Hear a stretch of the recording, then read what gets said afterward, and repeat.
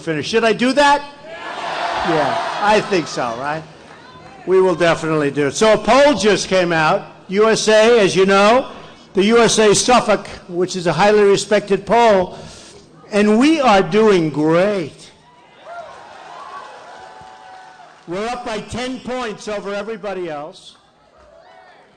And it's just incredible. And I think we might even be even better than that. But who knows, right? Even if we win by 1 point, that's okay. Not so bad. But let's win by a lot. But we're way up. Another one, Morning Consult. We're at 36. Ben is at 12. Carly's at 10. Marco is at 9. And Ted Cruz is at 7. So that's pretty good, right? We're 36 to 12. Reuters is 31 to 14 to 8 for Jeb. Oh, Jeb got in there. Good. And Mike Huckabee, good guy, is at 7. So we're doing great there.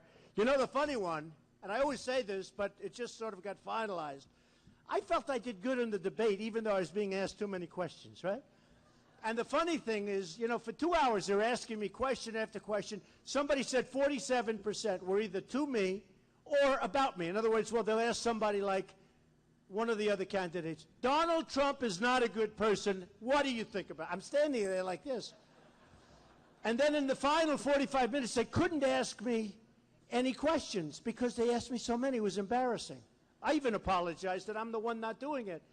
And they said, Donald Trump decided to take off in the last part of the, and I'm saying, first of all, they made it from 2 hours to 3 hours, which is ridiculous.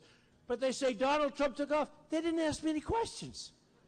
I said, wait a minute. I don't want to be rude. I don't want to interrupt other people, especially since I've done it every day. So the polls just came out on the debate. And the Drudge poll, 680,000 votes. Drudge, which is he's an amazing guy. And it's Donald Trump, 51%, he won. Carly at 23%, who did a good job, by the way. Marco at 7, and Ted Cruz at 6. The Time Magazine poll, Time Magazine, I have no influence over Time Magazine, even though I was on the cover last week, right?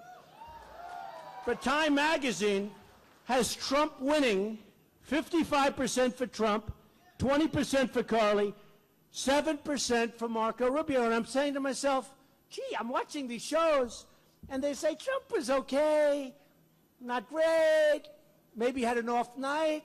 I don't understand. I thought I did fine. And they were just trying to beat me up. Whew.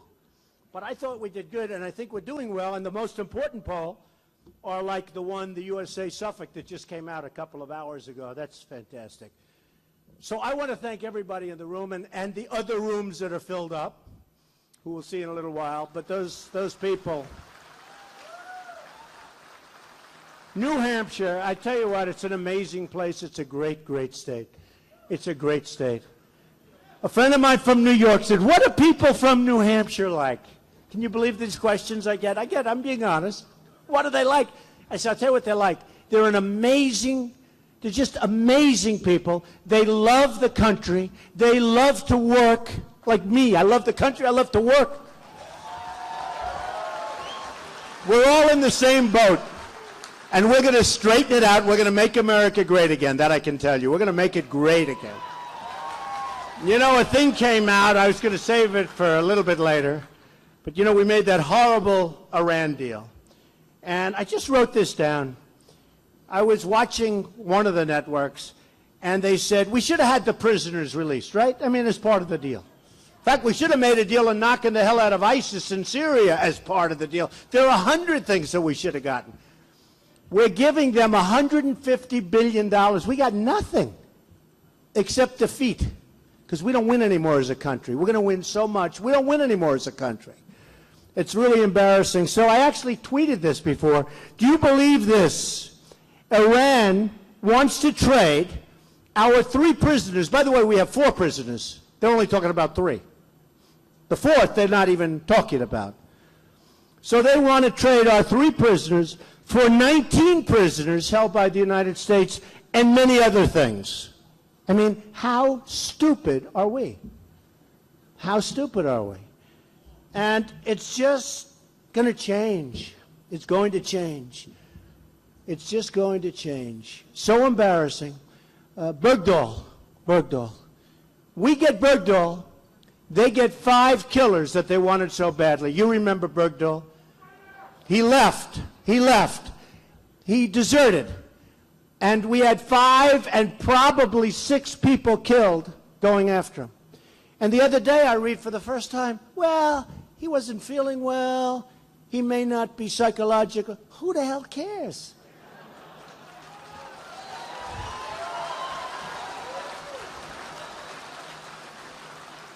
And they think he might get off with nothing. 6 people died. 6 people. And he was a deserter. Now, in the old days when we were strong, what did we do with deserters? That's right. There was no deserting. You deserted, you had problems. He deserts, well, he's got psychological. You know, we'll let him off. He's a nice person, right? I don't think so.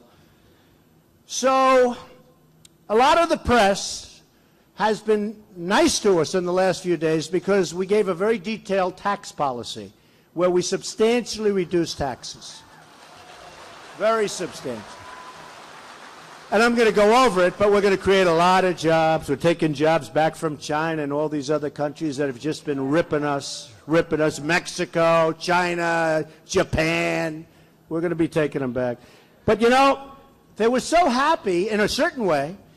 They said, well, we want policy. So I gave policy on immigration, and they were sort of happy with that. They didn't necessarily agree with everything. A lot of people don't agree, build a wall. They say, you can't build a wall. How can you build a wall? It's going to be too expensive. Our trade deficit with Mexico is $45 billion a year. Don't forget, I said Mexico. I love Mexico. I love the Mexican people. I have thousands and thousands of Mexican people that have worked with me over the years. Thousands. I have a great relationship. But their leaders, I say it all the time, are too smart for our leaders, too cunning, too sharp. And they're ripping us. So we have a deficit. Nabisco's moving. Nabisco. What's more United States than Nabisco? They're moving to Mexico from Chicago. They're going to make Oreos in Mexico. Now think of it. And then we have Ford Motor Company. $2.5 billion plant. You heard that story. I'm not going to tell it. Because if I do, they'll kill me. You know, I have all these live television sets. You know, every other candidate can go and make a speech. Every other candidate. And they make the same speech for months. But they have 100 people. For instance, Jeb Bush is down the road. They're expecting 125 people tonight. No, it's true. Now, I'm going to tell you, because we have been getting amazing crowds. We had 20,000 people on Friday in Oklahoma. 20,000 people. In Oklahoma, a great place. That was an amazing event. We had 20,000 people. We filled up a stadium, you know, where the Mavericks play. Mark Cuban, good guy. And he has the Mavericks, and it's called American Airlines Center. That's in Dallas. 20,000 people showed up. Some were so far up, I said, can you even see me? And we had 3 days to do it, because when we got it, in fact, when they said, you know, you could have that arena if you want it, I said, when? Monday night. This was like Thursday. I said, how can we fill it up? The first day they did 12,000 people. Then we went to Mobile, Alabama, as you know. Just before that, we had 35,000 people. It's been amazing. So tonight, and I want accurate counts, because these people, they don't count heads. You know, they'll say, yeah, the place was okay. The press, they are so By the way, pan out on these people, please. CNN and all of you live cameras, pan out.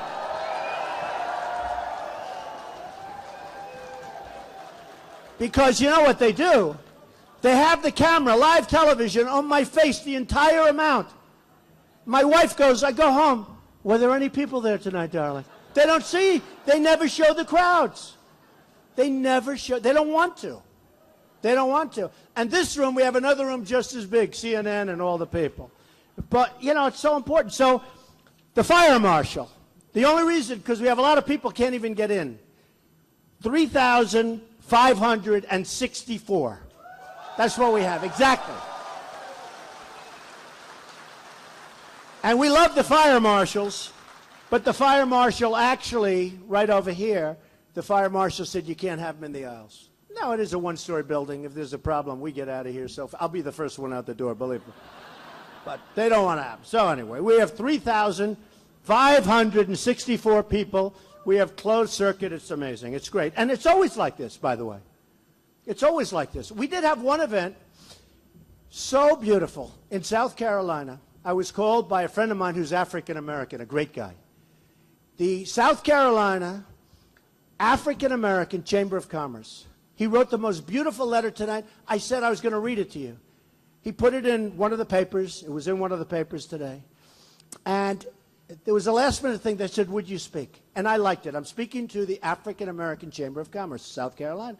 I went, and actually, they didn't come from the back. They just formed in the front. It was beautiful.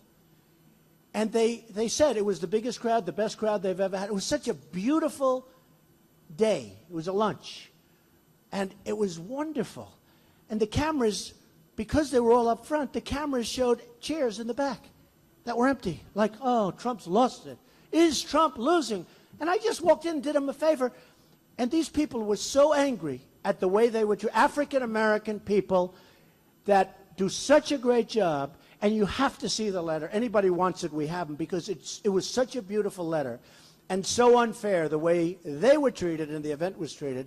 And that's why when I go to things like this, I like to have the press see what's going on, because there is a movement going on. This is more than like, oh, gee whiz, people show up. When Bush has 125 people, and when Rubio comes in and you have 12 people, it's true. And when all of the other ones, I don't want to say about everybody, because some of them I really like, but nobody has crowds like us. Nobody. Including Bernie, who does pretty well. No, nobody. And the fact is something's happening. Something incredible is happening. So what's gone on is we put in policy on immigration, and that's build a wall. People have to come into the country legally, have to do it, have to do it, have to do it, or we don't have a country. The anchor babies, we're going to have to do something there. And by the way, when I first brought that up, you know, people come in, they're in the other side, they're on the other side of the border. They have a baby, they walk across the border, because nobody stops anybody. You know, it's like we're open territory. The woman has a baby on our land in the United States. Now we have to take care of that baby for 85 years. That baby becomes a citizen. And I said, it can't be. And everybody said, oh no, that baby is a citizen, born in the United States, born on our land. Turned out I'm right. Because they're not coming in legally. And if you read the language, other than some television scholars that said, no, no, the baby's ours, we have to take care of the baby forever. People are coming from China. They're coming from all over Asia. They're coming from Latin America, South America. They're coming from Mexico. They walk across the border. It's ours. Doesn't read that way. And I didn't think, you know, they said, oh, you have to go through a whole big thing. Every state has to go to referendums. It's the 14th Amendment and so many different things, right? But it's not working that way. It's wrong. And I turned out to be right. Because the real scholars said, he's right. Now, maybe it's going to, no, it's right. How can it be wrong? So this is something that's come up. We have to get rid of these sanctuary cities. It's disgraceful. It's disgraceful. Because I've had so many friends that I've made. First of all, you know, Kate, magnificent Kate, shot in the back and killed in San Francisco, sanctuary city. Can you believe it? I have property in San Francisco. I own a big chunk of the Bank of America building. Can you believe it? I feel when I hear San Francisco, I always felt so good. Now you learn about sanctuary cities. The state of Florida had sanctuary cities while Jeb Bush was governor. Nobody said anything. And, you know, I've gotten very friendly, very, very friendly with a lot of the people because it's become a very important issue for me. The whole thing with illegal immigration and crime. It's far worse than anybody in this room understands. Far worse. Far worse. Tremendous people come in. But you have some terrible, terrible problem. The other week, as you saw, got a lot of press a woman, 66-year-old veteran, raped, sodomized, and killed by an illegal immigrant. Just came in, killed her. 66-year-old veteran, killed her. And that's happening all over. We're going to stop it. We're going to stop it. We're going to have a wall.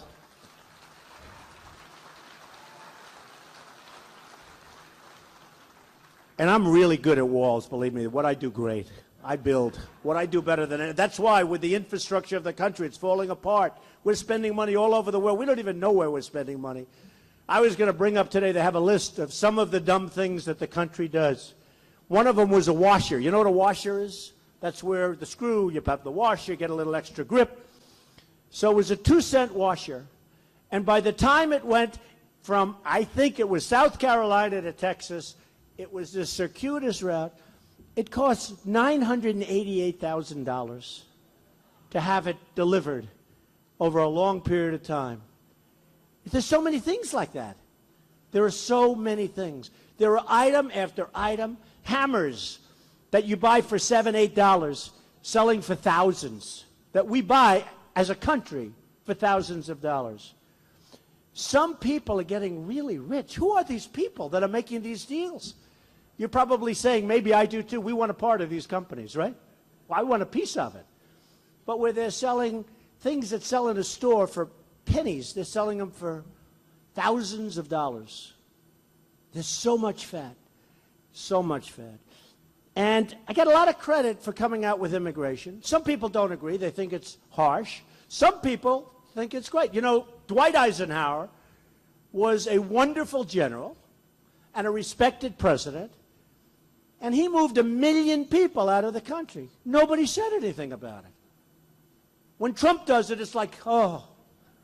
When Eisenhower, oh, it's fine. Well, that was he was allowed to do it. You know, we can't do it.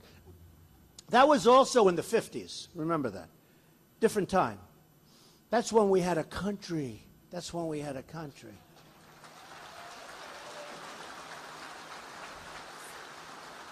That's when we had borders. You know, without borders, you don't have a country, essentially. We don't have a country. Without borders, you just don't have it.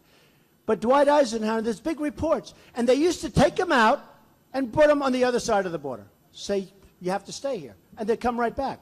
And they do it again and do it again. And then they said, wait, this doesn't work. And they took him out and moved him all the way south. All the way.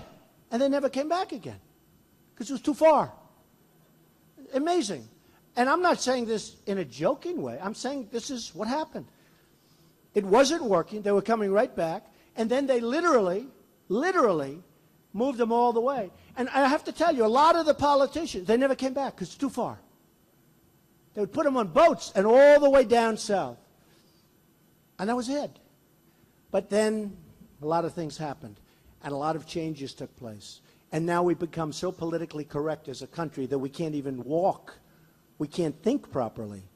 We can't do anything. Every time you say something, oh, that was not politically correct. It wasn't politically correct. Nobody respects women more than I do, will tell you. And that's true. And I will do more.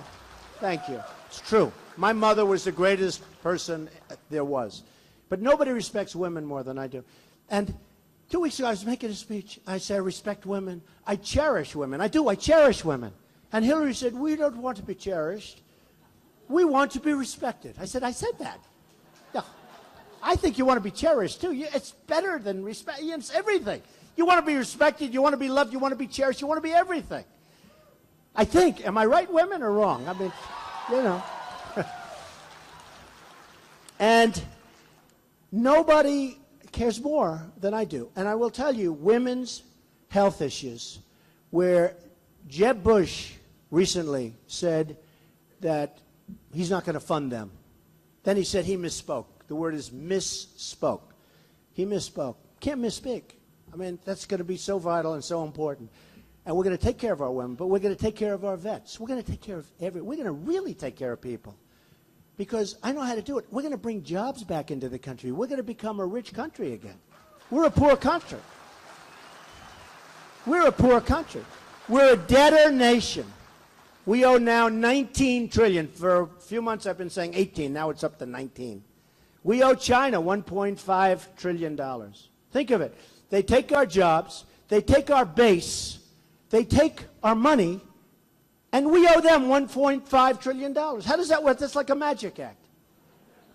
We owe Japan the exact same amount, $1.5 trillion. We owe them. They send millions of cars here. We pay for the cars. No tax, no nothing. By the way, try doing business in Japan. I always say, how many Chevrolets do you think you're going to find in the middle of Tokyo? Maybe none? Do you think none? There might be none. We sell them beef, and they don't want it. Beef. And they don't want it. They send it back. The farmers don't want it. So we owe Japan $1.5 trillion. Think of it. They sell us all these cars. We owe them money on top of everything else. It's going to stop. It's going to stop so easy. It's so easy. We have to balance out. I went to my people this week, and I said, I want to know something. I want to know how much do we, in terms of balance of trade, how much are we behind the 8 ball, the U.S. trade deficit, with China, Japan, and Mexico? Well, China, it's almost $400 billion a year. $400 billion! Japan is almost $70 billion a year, and Mexico, 45. 45 billion. Then they say, oh, you can't get Mexico to pay for the wall. It's $5 billion. Believe me, I'll build bigger, better, stronger for half the price. Much less than half the price. No, much less than half the price. Because I know how to build. I know. I'll watch it myself. Oh, it's going to be so beautiful. It's going to work so well. It's going to work so well. You see the picture in the big magazine this weekend? I knew the magazine because I was on the cover. That's the only reason I read it. But they have a wall like probably 8 or 9 feet. And they have a ramp going up and another ramp going down. They have cars and trucks going over, taking drugs. So here's the deal. We get the drugs, they get the money. These trucks go right over the ramp, over the wall. Can't do that when the wall is higher than the ceiling. Or it's a long way down if they miss that ramp, I'll tell you. It's a long way. And I don't blame. If people can get away with this stuff, let them get away with it. But we're going to make our country so strong and so beautiful. We're going to do it. So then I put in something on policy with regard to the Second Amendment. I'm a big Second Amendment person. And you've all seen it.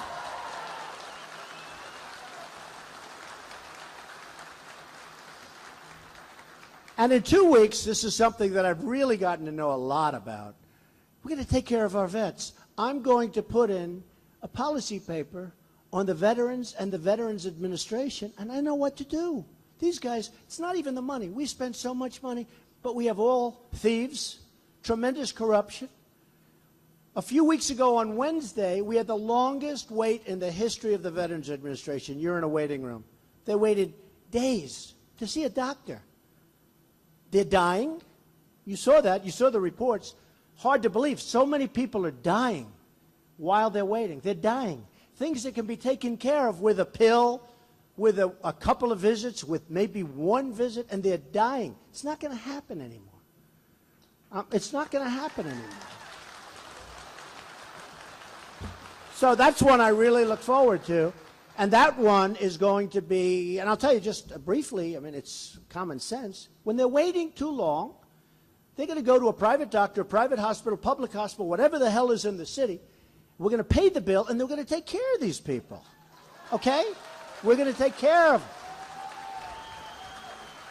So, and that's so important to me. I mean, because some of the greatest people, I've met some of the greatest people I've met on this trail. We call it the trail. Do you believe I'm a politician? I can't believe it. I'm so embarrassed. People say, you're a politician? I say, I hope not. But I guess in a certain way I am for a little while, and hopefully it works out, and we're going to do something that's going to be wonderful, and you're going to be very happy. So, good. Go ahead. You can go ahead. You know, it's funny.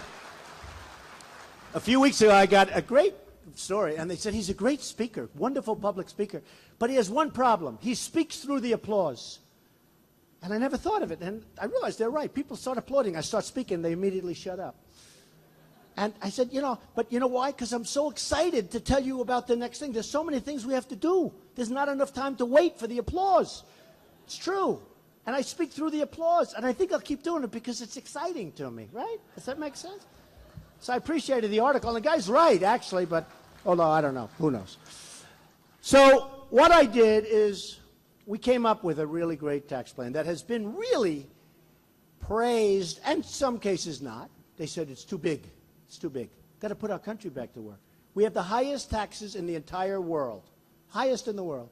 Our corporations are leaving our country because the taxes are too high. And I did a very sophisticated, very beautifully detailed policy paper. Now, a lot of the press would say, prior to that especially, and the Second Amendment, and frankly immigration, they would say, oh, he talks well, but he doesn't talk well. I went to great schools. I'm like a smart person. It's like, oh, he doesn't talk details. So all of a sudden I'm speaking details, and even if they don't like the details, they appreciated that I gave them the details. I will tell you, the tax plan is, I think, really something we're proud of.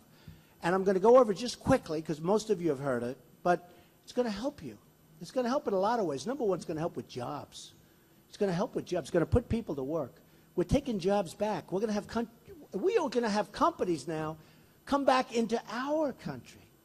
We're going to have a lower tax rate than China. We're going to have a lower tax rate than many of these countries. You know what corporate inversion is?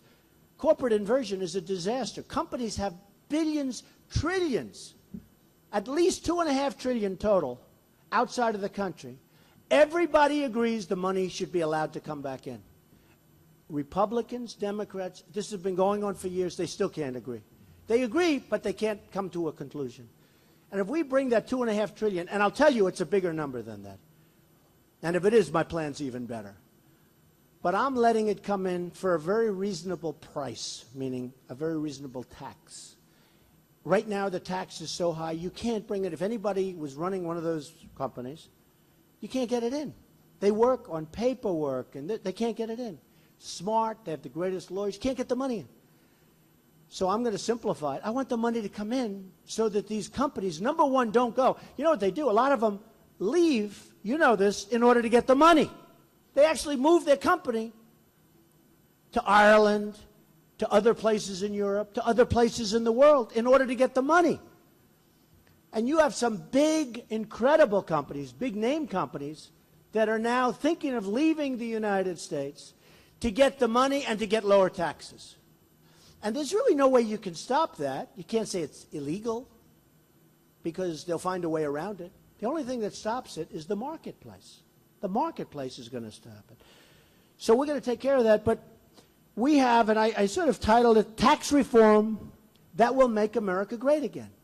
Today they said it's very Reagan-esque. I consider that a great compliment. One of the writers said that. And thank you. And I start off, too few Americans are working. Too many jobs are being shipped overseas. And too many middle-income families just cannot make ends meet. We all know it. And if it's not you, you know people where that's the case. My plan directly meets these challenges and the challenges also of business. We're going to make our businesses strong again. We're going to make them competitive again. And by the way, nothing to do with this, but we're going to get rid of the regulations that are mounting up like on a daily basis. It's ridiculous. Regulations are going to go the wayside. There will be some, but they'll be meaningful. There won't be the nonsense that every single day is happening. Every single day. The plan will provide major tax relief for middle income and most other Americans. Major tax relief. It'll totally simplify the tax code. We'll grow the American economy, and all of this will add up to a point where we're not going to be increasing our debt. If anything, if it really kicks in like I think it might, where the economy grows, we'll start reducing our debt and reducing it big league, which I want to do.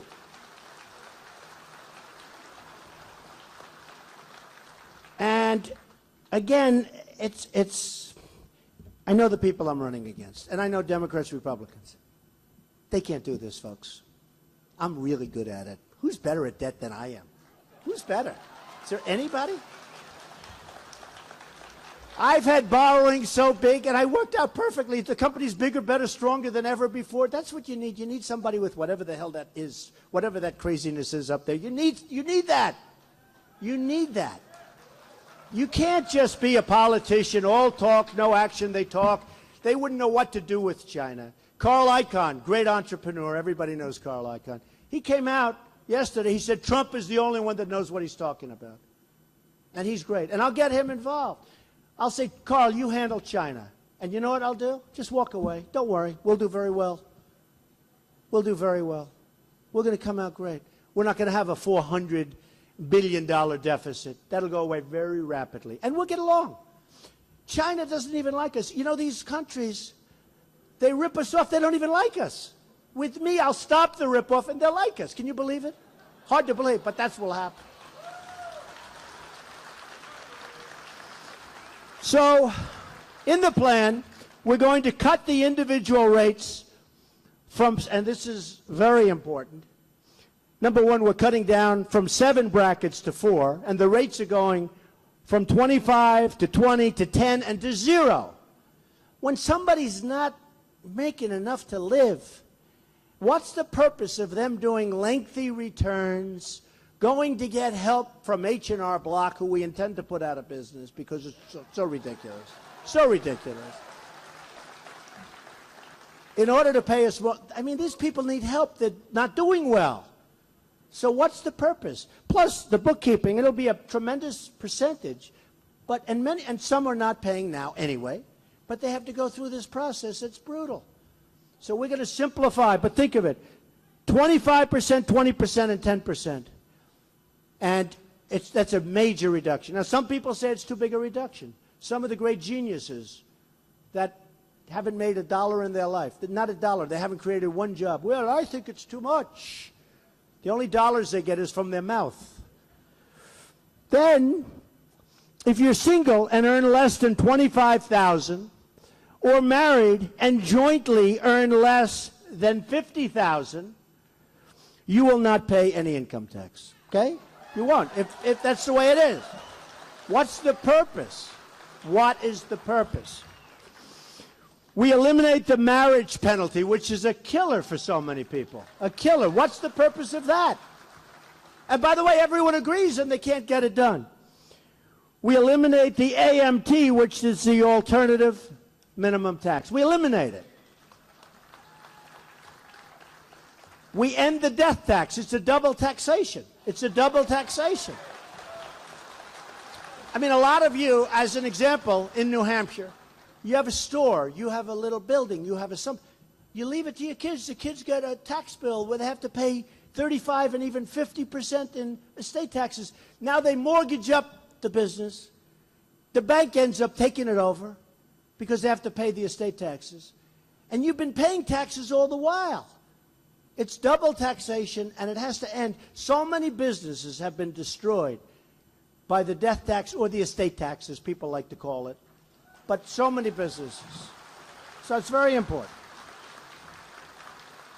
Our plan reduces and or totally eliminates most of the deductions and loopholes available to special interests, who, by the way, are supporting Bush and Rubio, and most of them, and Hillary, big league Bush.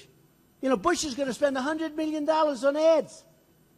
That money comes from friends of mine.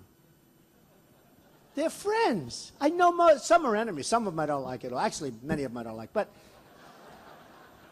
But when you see an ad, every time you see an ad from Rubio or Bush or Hillary, remember that money's coming from special interests and lobbyists.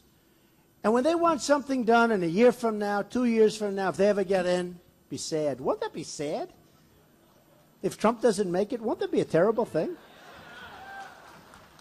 But when that money gets spent on, you know, millions, 25 million, Jeb today put in an order, I hear, 25 million for ads.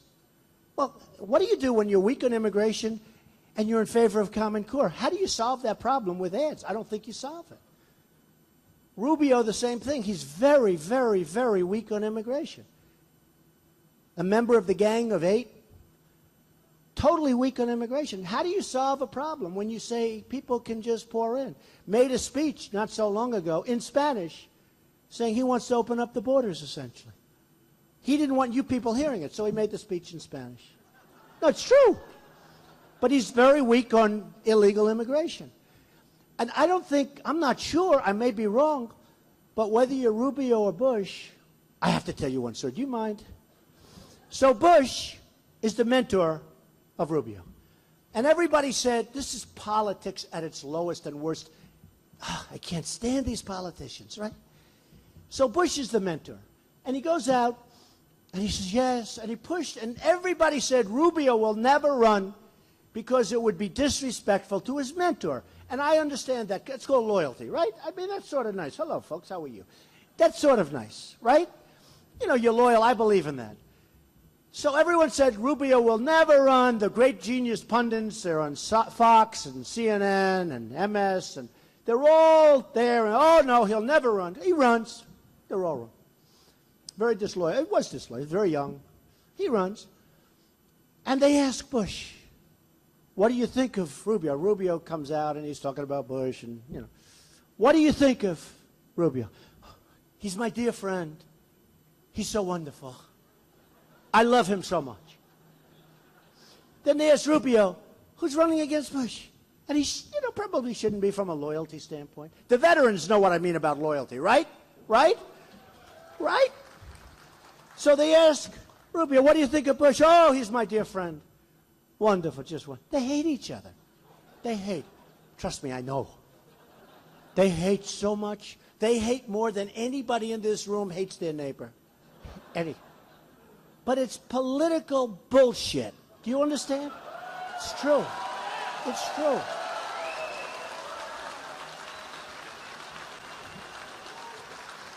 So, let's go.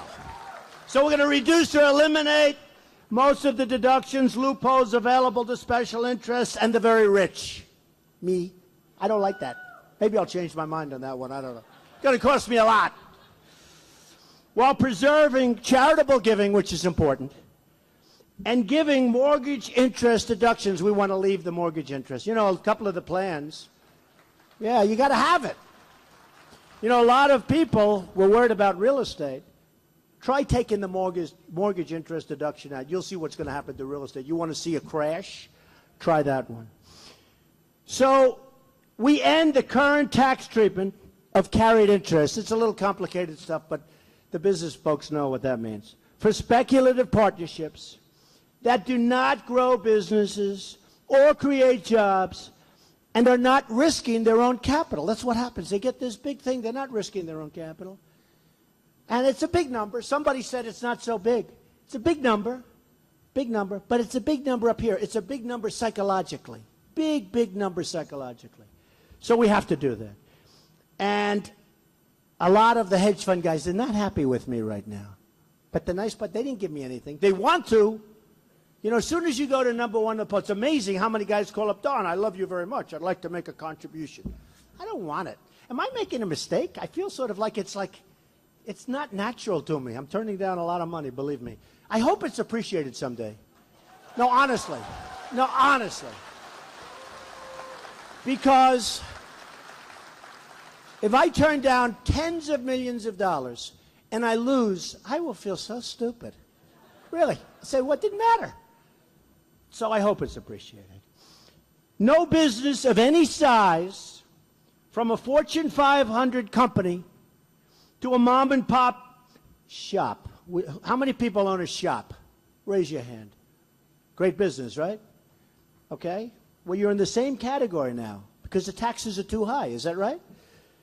So no business of any size, from a Fortune 500 company to a mom and pop shop to a freelancer, and you have a lot of them up in New Hampshire, freelancers, plenty of freelancers, living from gig to gig, will pay more than 15% of their business income in taxes.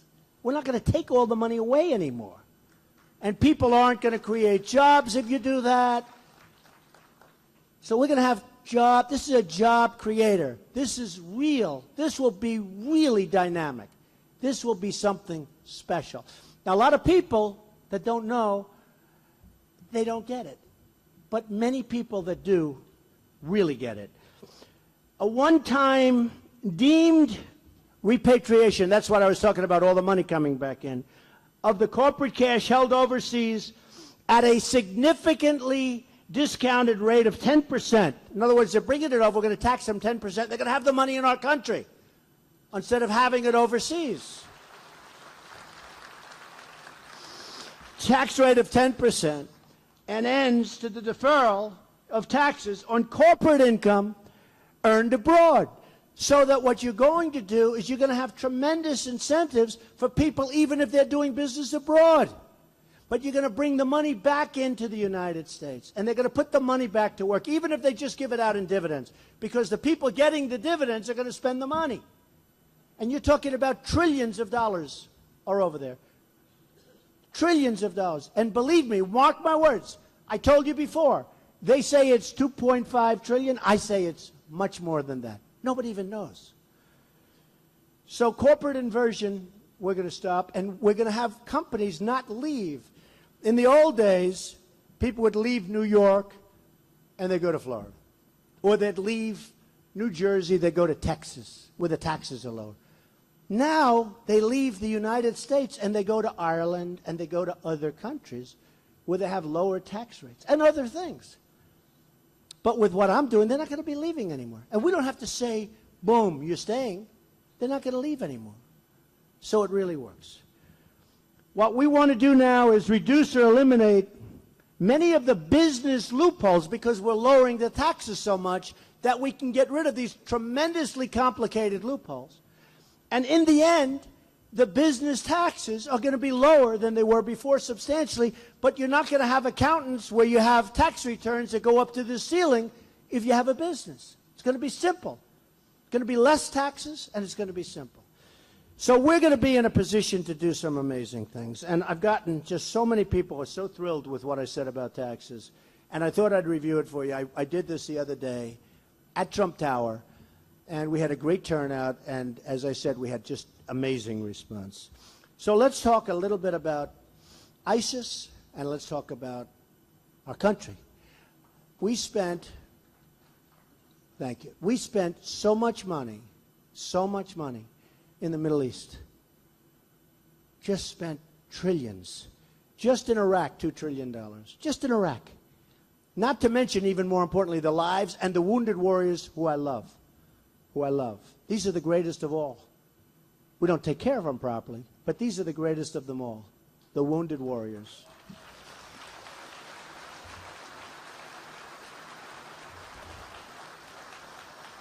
So we have a president who doesn't know what he's doing.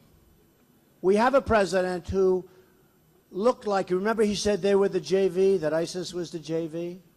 Well, he looked like the JV last week when you compared him to Putin in New York, the JV. So now we have Putin said, I'm going into Syria, and I'm going to knock the hell out of ISIS, he said. And I'm saying, what's so bad with that? You know, is there anything wrong? That's okay. It's all right. But I also say, we want to be strong. We can't let him push us around. The problem we have is we have a president who is not respected by Putin. Just not respected. He leaves New York, leaves the United Nations. A couple of days later, he's got massive amounts of artillery and planes and everything else, all very quickly done. We would never act like that. We would never act like that. I saw one of your generals, I won't mention his name, one of your top generals the other day, active. They said, what do you do about ISIS? Can we win? That was the question. Oh, I don't know. I don't know. I don't know. Do you think General George Patton would say, I don't know? Do you think he'd say that? I don't know. He'd smack the reporter in the face, kick him in the lips. He would give a smack to that guy. Or General Douglas MacArthur. The highest marks in the, I'm a big person for academia. I believe in it. The highest marks in the history of West Point, General MacArthur, a great general.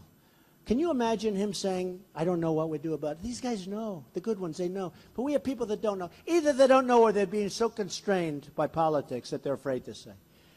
But we have to be tough and we have to be smart. At the same time, I want to rebuild this country.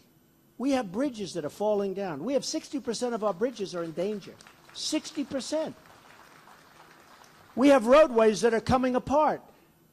We have airports that are third world. I mean, you go over to Qatar, you go over to Saudi Arabia, you go over to some of these countries, China, you'll see airports the likes of which you have never, ever seen before. And then you come back and you land at LaGuardia. It's true, potholes. You land at LaGuardia or Newark or LAX, and you walk into a filthy terminal that's falling apart with broken terrazzo floors. And that's what we have. We used to be the leader. We have to rebuild our own country. And you know, when you owe $19 trillion and you want to take care of the vets and you want to build up the military, because I will build up the military so big, so strong. Nobody's going to mess with us. Nobody. Nobody. Now, with that being said, but you have to know when to use it. You have to know when, right? I mean, you have to know when. So in 2004 and 2003, I said, don't go into Iraq. I didn't know that much about Iraq, but I knew this. Iraq and Iran are always fighting. And they're equals. They go 10 feet this way, they go 10 feet this way, then they use poison gas, or Saddam Hussein, who's terrible. Then the other side uses, but then they rest for a few years. Then they start fighting. Nobody ever moves, right? Is that right? So I said, I don't know if they have weapons of mass destruction, turned out to be false. But if they do, they're going to use it on Iran. Okay? That was Iraq. But if you ruin one of those two powerful agents, the other one's going to take over, and it's going to be a disaster in the Middle East. You're going to have a totally destabilized Middle East. That was in Reuters, 2004, in June or July. A big story. Trump opposed to doing it. Now, again, I'm the most militaristic person in this room. But you got to know when to use it. It's like also, I said, well, wait a minute. Of all of these guys that blew up the World Trade Center, they all went back to Saudi Arabia, the families. They sent their families back a day early to Saudi Arabia. I said, but why are we going after Iraq right now? The families went back to Saudi Arabia. They didn't go back to Iraq. I think one might have. Nobody knows. We know nothing. We know nothing. We know nothing. But I said, you're going to destabilize the Middle East. So here's what happens. We totally wiped out Iraq, totally destabilized the Middle East, gave other people ideas that you can actually knock these things out. Iran, as you sit here tonight, is taking over Iraq, which, by the way, has one of the richest oil reserves in the world. Their oil is unbelievable in Iraq. Underground. One of the biggest in the world. So they totally take over, and they're going to very soon. So we spend all this money, all these lives, all these wounded warriors. We get nothing. We got nothing because we have stupid leadership. Now, if you know anything about the Soviet Union, if you want the real truth, the Soviet Union broke up because they spent so much money in Afghanistan. Okay? They spent so much money that they were going bust. And that's the primary reason, or certainly one of the primary reasons, that the Soviet Union broke up.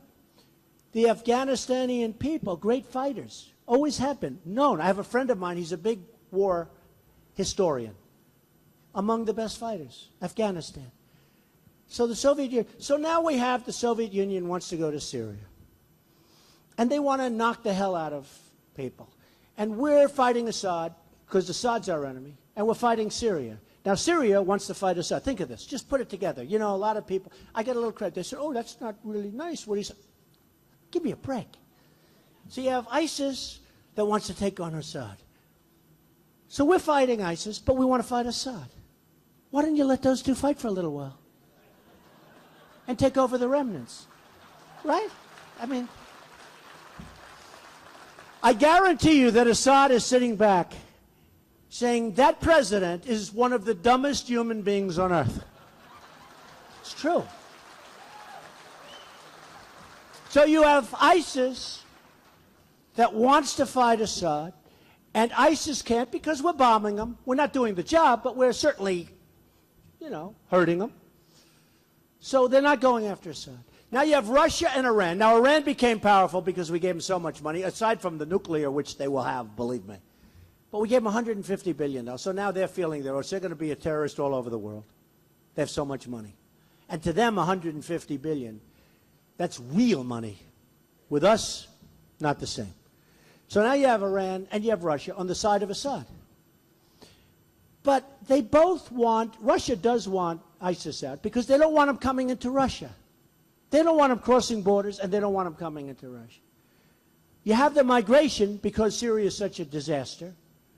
And now I hear we want to take in 200,000 Syrians, right? And they could be, listen, they could be ISIS. I don't know. Did you ever see a migration like that? They're all men, and they're all strong-looking guys. Did you see it? They're walking, and there's so many men. There aren't that many women. And I'm saying to myself, why aren't they fighting to save Syria? Why are they migrating all over Europe? Seriously. So now you have this guy, Secretary Kerry, maybe the worst negotiator. I think he will go down as a worse Secretary of State than Hillary Clinton because of the deal. And she was terrible, but I think he's going to go down as worse because of this deal. So now you have him saying, we're going to take in maybe, I mean, the number I'm hearing, it's inconceivable. You know, it started off with 10,000. The other day I heard 200,000. We're going to take in 200,000 Syrians or wherever they come from. We have no idea. There's no identification. There's no anything. And I'll tell you right now, and I'm putting everybody on notice, and hopefully this gets outside of this room, and I guess it will with all these crazy cameras going back there. I'm putting the people on notice that are coming here from Syria as part of this mass migration, that if I win, they're going back. They're going back. I'm telling you. They're going back.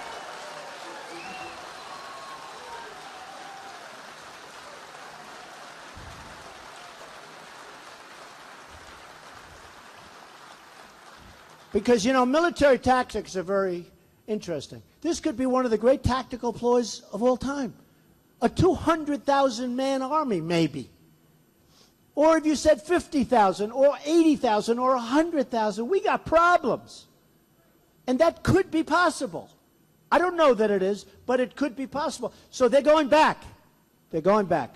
I'm just telling them. So if they come, that's great. And if I lose, I guess they're staying. But if I win, they're going back. And I know a lot of people would say, oh, that's not nice. We can't afford to be nice. We're taking care of the whole world. We're losing our shirts on everything we do. Everything we do.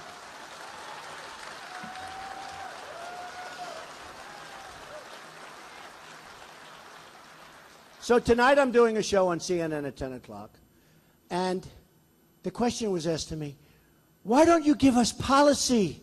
Policy with respect to your attitudes on war in the Middle East. Why don't you tell us exactly what you're going to do in Syria, what you're going to do in Iraq? What? I said, I don't want to tell you. It sounds terrible. I really know a lot about it. I think my biggest, other than jobs, everybody says, you know, CNN did a poll. I'm through the roof on jobs, through the roof on leadership, through the roof on almost everything, other than some people don't think I'm a nice person. I'm sort of low on that. But, you know, ultimately, I am a nice person. I love people. I want to help people. But, you know, thank you. You know, actually, you know where I do my best favorables? In New Hampshire, Iowa, and South Carolina, because they got to know me. I'm here so much. Those are the places. So once I get out, I think people will find out. You know what? I just want to do the right thing. And I tell the story about a woman said, do you think you're nice enough to be? I said, I think it's going to be about competence this time. People are tired of being pushed around. They're tired of it. But I said to this person, nice person, Don Lemon, I said, Don, I want to be unpredictable. I had an article about, not so long ago, a business article. And I beat some group of people. I love winning. Oh, I love it. And I beat this group for something that everybody wanted. I just beat them. And it turned out to be great. And one of my opponents, not in a bad way, but in a very respectful way, said, you know, the thing about Trump that's really hard, he's so damn unpredictable. We don't know what the hell he's going to do. And I said, I want to be unpredictable. I want to be. So when they ask me, and so does Patton, and so does MacArthur, and so does anybody that's smart. So when they ask me about, like, what do I want to do with Syria? I know what I want to do. Believe me, you're going to be happy. But I don't want to tell. I don't want them to say, oh, well, Trump's going to do this, so we'll do this. I want to be unpredictable. So important. It's so important. I mean, it just, we have to do it. Does everybody agree with me? And maybe if you're unpredictable, the stupid people are going to say, oh, well, he doesn't know that much. You know, hey, when Obama said, we're leaving Iraq on a certain date. Now, you understand, these Iraq soldiers, that comprised ISIS. These were guys that formed ISIS. These are tough cookies. They didn't like us, and they didn't really want to fight for Iraq because Iraq is a corrupt government, you know. Remember when they were handing $50 million of cash? Cash! They were going through Afghanistan, paying off. I want to know who are the soldiers that are carrying cash of $50 million. Cash! How stupid are we? I wouldn't be surprised. Those soldiers, I wouldn't be that surprised if the cash didn't get there. I have to be honest. But remember when Obama was saying, we will leave. We are leaving Iraq as of a certain date. Now, the opponents said, wow, that's great. What do we have to fight anymore for? Let's just wait a year and a half. That's what happened.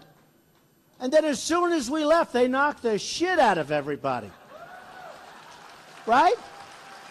They just knocked the hell out of everybody. Obama, this great president of ours, we will leave. Remember, he gave a certain date. A date certain. We will be out. And these tough guys, these are tough fighters, especially when they have something they want to fight for.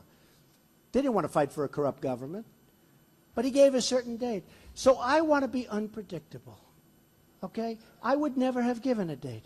I might have said, we're going to stay there for 20 years, we're going to stay there for eternity. And these other guys would say, oh, man, we give up. It's just, we just can't do this. No, honestly, they would have said it. We were doing fine. I mean, look, we shouldn't have been there, but we were doing okay toward the end, and then we took everybody out. But instead, if you would have said, no, no, we're going to be there forever, and I didn't want to go in, but I would have said, no, we're never leaving. We're never leaving. They would have said, okay, this guy's crazy. We're out of here. Don't we want that as a thing, right? So I love the people of New Hampshire. I love you.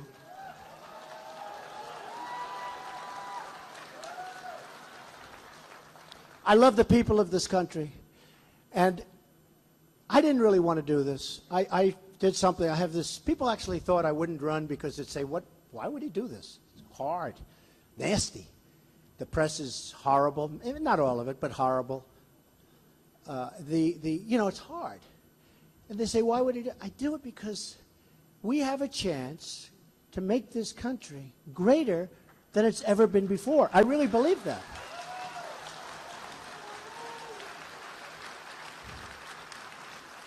And if I didn't believe that, I wouldn't do it. I wouldn't do it. The one thing I will warn you about, I don't think we can go on like this much longer. I really don't. I think this election is so important, beyond important, because we cannot continue to go on like we're going on right now. We need a real leader. We want somebody that loves the country, truly loves the country, truly wants to make it work.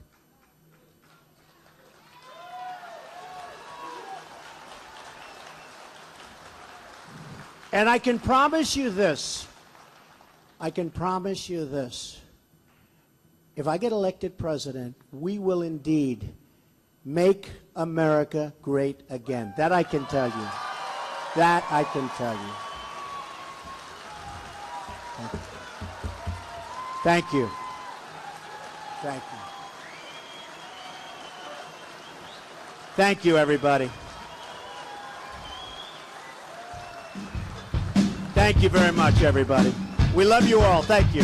Thank you.